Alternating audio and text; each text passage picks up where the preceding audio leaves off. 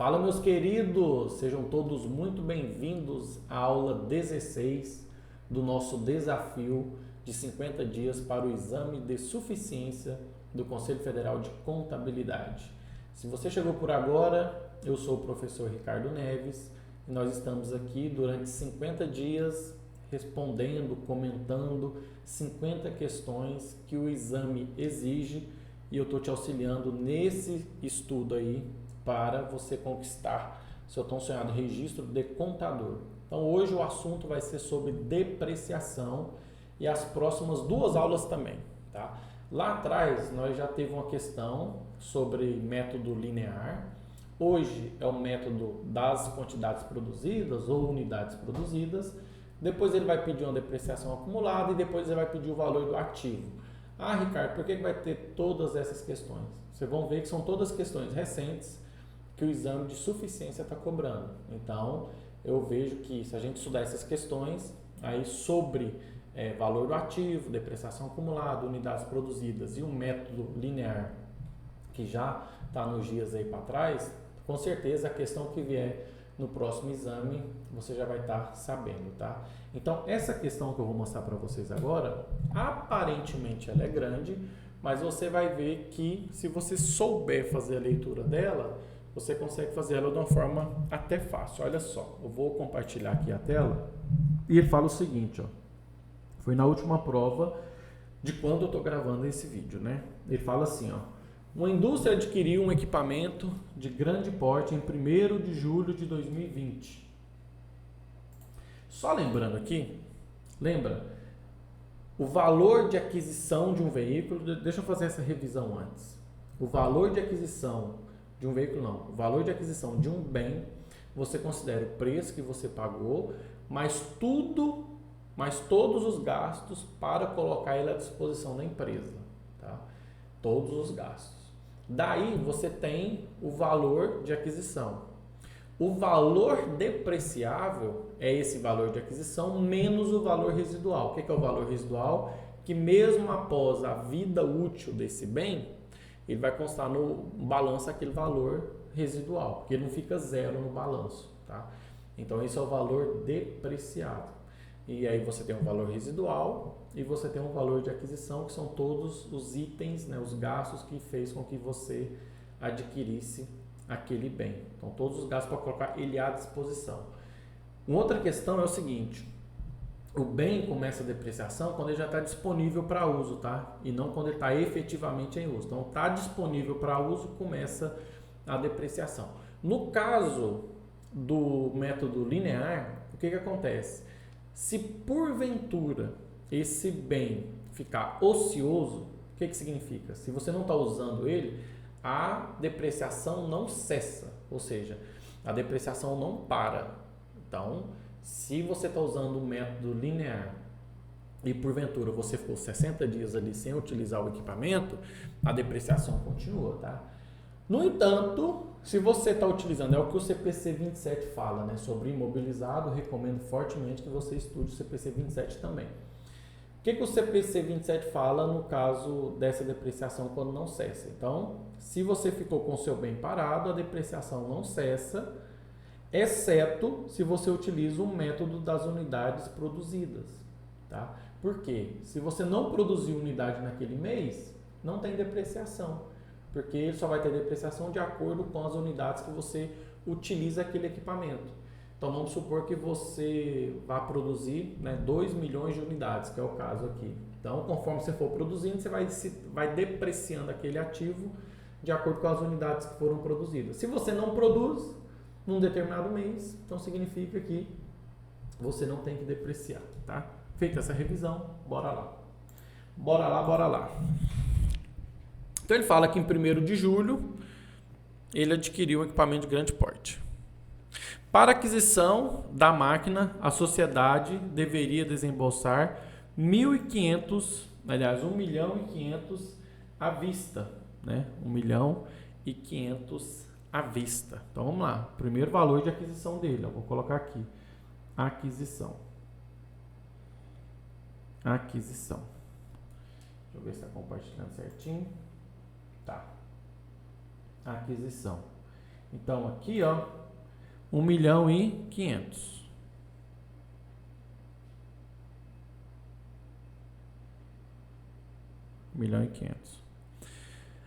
Após analisar o fluxo de caixa, a administração da indústria decidiu financiar o pagamento da máquina junto ao fornecedor em 36 parcelas mensais de 50 mil, totalizando 1.800.000. Isso aqui não entra, tá? Isso aqui vai ser juros a transcorrer, despesa financeira, depois a gente pode discutir isso aqui.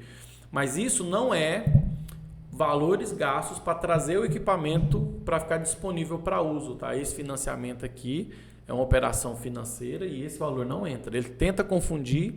Inclusive, na outra questão que a gente fez, ele trouxe essa informação. Mas, nesse caso, isso aí vai ser juros, vai ser um financiamento, vai ser juros a transcorrer. Dependendo da situação, a gente vai estudar questões assim de contabilização depois. Então, isso não entra.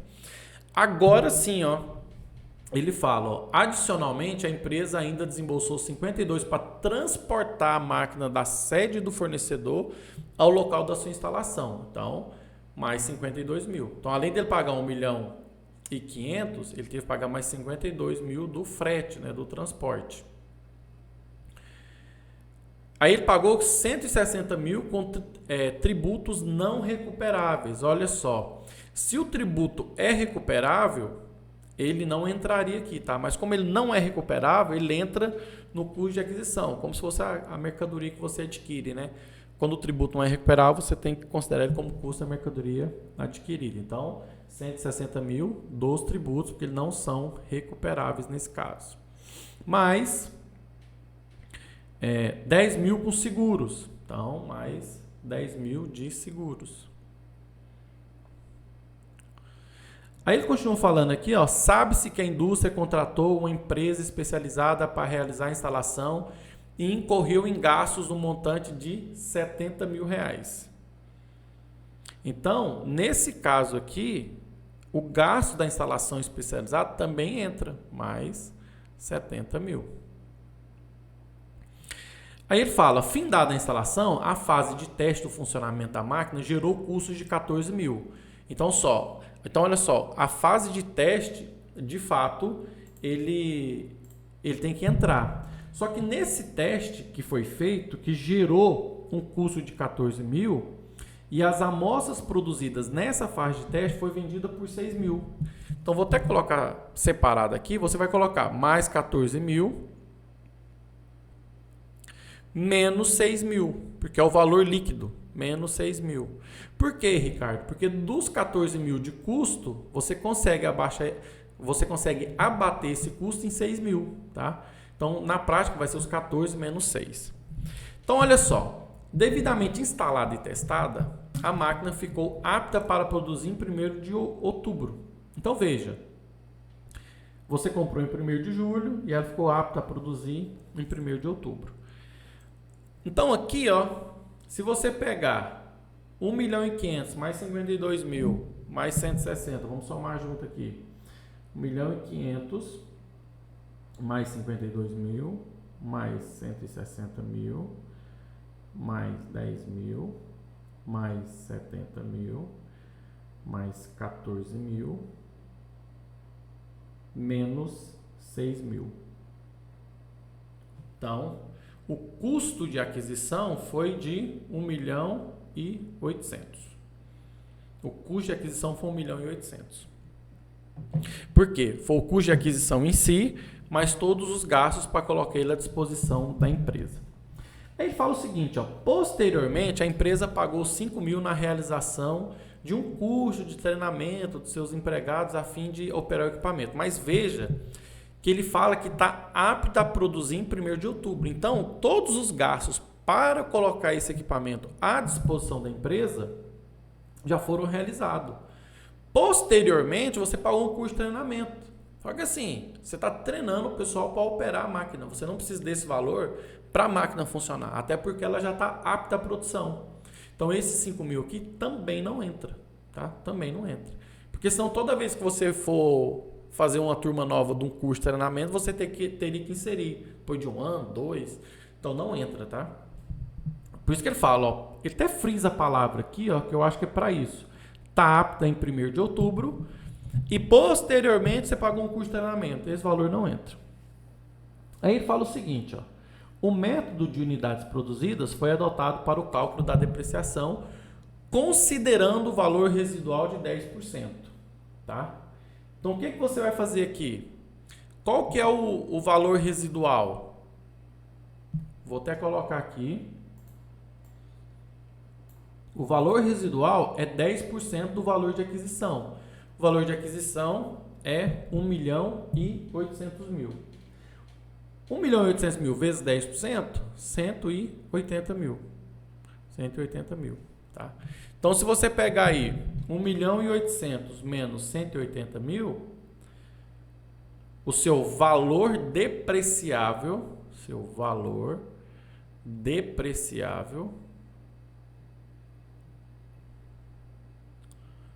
é de 1.800.000 menos 180 mil. Então, o valor que vai depreciar em si é 1.620.000.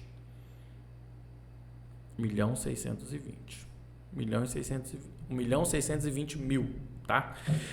E olha só, ele fala que o método de unidades produzidas será feito para o cálculo da depreciação considerando o valor residual de 10%. Então, o 10% é os 180 mil, o valor que você vai depreciar ao longo da vida útil desse bem, e que a vida útil desse bem é estimado em, olha só, a capacidade estimada de produção ao longo da vida útil da máquina é de 2 milhões de unidades. Então, veja, você vai pegar o valor depreciável, não é em relação a tempo, né? Não vai ser o tempo, 2 anos, 5 anos, 3 anos. O que vai ser? Vai ser unidades produzidas. Então, você vai pegar 1.620.000, se fosse no método linear, você dividiria pela vida útil do bem, né? Que seria 8 anos, 5 anos. Aí você podia descobrir por mês e assim por diante. Aqui você vai dividir por 2 milhões. Por que 2 milhões? Porque conforme ele for produzindo, você vai depreciando. Então, se você pegar 1.620.000 e dividir por 2 milhões, vai dar 0,81. Ou seja, cada unidade que você produz, ele vai depreciar 0,81 centavos desse bem, tá? Aí ele fala o seguinte, ó, em 2020 a produção foi de 60 mil unidades, em 2021 a produção foi de 220 mil unidades. Considerando tais informações, e de acordo com o CPC 27, na norma brasileira de contabilidade ativo imobilizado, é correto afirmar que o valor contábil líquido, ainda ele explica o que é esse valor contábil líquido, que é deduzido o saldo da depreciação em 31/12. Então vamos lá, ele ficou apto em 2020. Em 2020, quanto que foi a depreciação desse bem? Em 2020, ele produziu 60 mil unidades, aí você vai colocar 60 mil unidades vezes 0,81, porque cada unidade que ele fabrica deprecia-se 0,81 centavos. Então, 60 mil vezes 0,81 dá 48.600.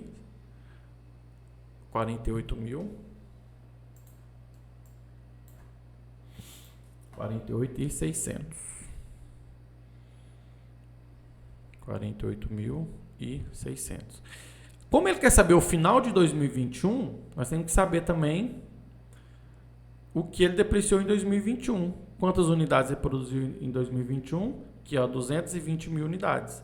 Então, 220 mil unidades vezes 0,81.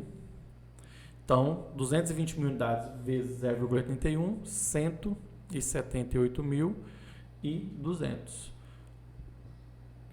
Então, a depreciação acumulada aqui, ó, é 48.600 mais 178.200.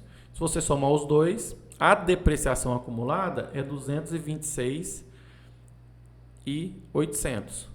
Porém, o que ele pede não é a depreciação acumulada. O que ele pede, ó, é o valor contábil do ativo. E olha só que ele explica que é deduzido o saldo da depreciação acumulada. O saldo da depreciação acumulada aqui é 226.800. Então, o que você faz? pega o valor do bem, que você já tem, ó, que é 1.800.000, que é o valor de aquisição, 1.800.000, que é o valor do seu bem, tá? 1 milhão, opa, coloquei o zero no lugar errado aqui, 1.800.000.